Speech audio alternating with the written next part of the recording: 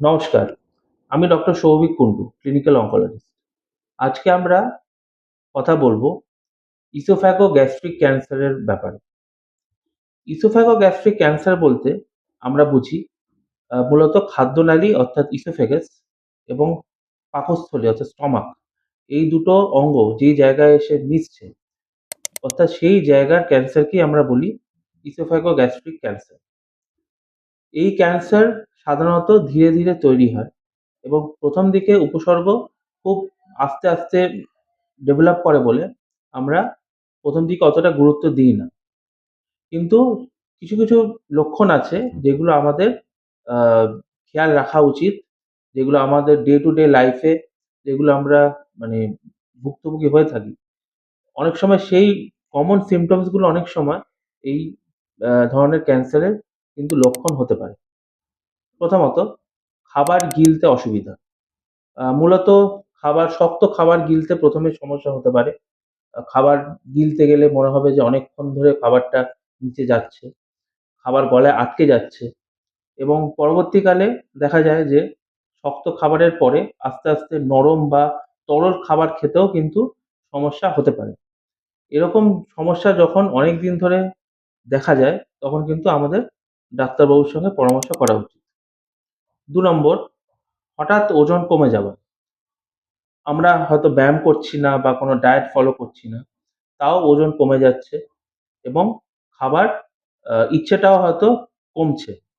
সেই ক্ষেত্রে কিন্তু এরকম আনএক্সপ্লেইনড ওয়েট লস যদি হয়, তখন কিন্তু অবশ্যই আমাদের ডাক্তারবাবুর সঙ্গে পরামর্শ করা উচিত।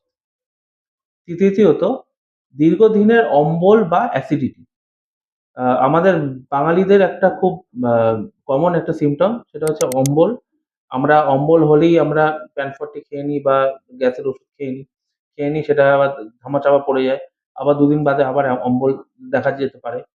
তো এরকম অম্বল, অ্যাসিডিটির প্রবণতা থাকতে কিন্তু একটা টাইমে গিয়ে দেখা যায় যে অনেকের ক্ষেত্রে এই রোগটি দেখা দিতে পারে এবং সেই ক্ষেত্রে আমাদের খেয়াল রাখতে হবে যে অনেকদিন ধরে যদি অম্বল বা অ্যাসিডিটির প্রবলেম থাকে কারোর, তখন কিন্তু সেটাকে অবহেলা করা একেবারেই উচিত নয় এবং আ আমাদের সেই ক্ষেত্রেও আমাদের ডাক্তারবাবুর কাছে কিন্তু গিয়ে এটার ব্যাপারে একটা সুরাহা খোঁজা উচিত।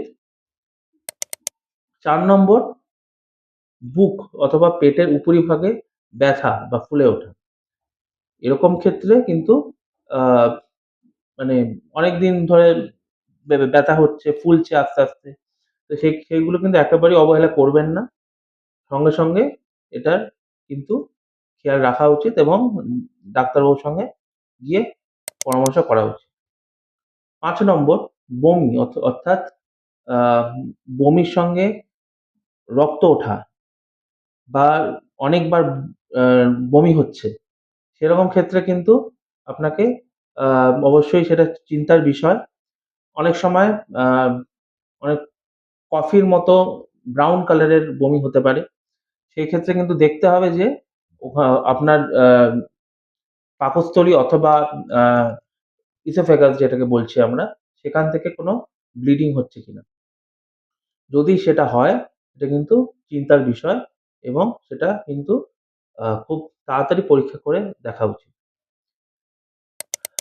তারপরে আছে আ রক্তাল্পতা, রক্ত কমে যাচ্ছে, দুর্বল ভাব, কালো পায়খানা হওয়া। এগুলো কিন্তু লক্ষণ যে আপনার শরীরের কোথাও থেকে রক্ত আ ব্লাড লস হচ্ছে, রক্ত কমে যাচ্ছে। সেটা কিন্তু দেখতে হবে যে কোথা থেকে রক্তপাত হচ্ছে এবং আপনার পাকস্থলী অথবা আমাদের যে ফুড পাইপ যেটা আছে ওখান থেকে রক্তপাত হচ্ছে কিনা।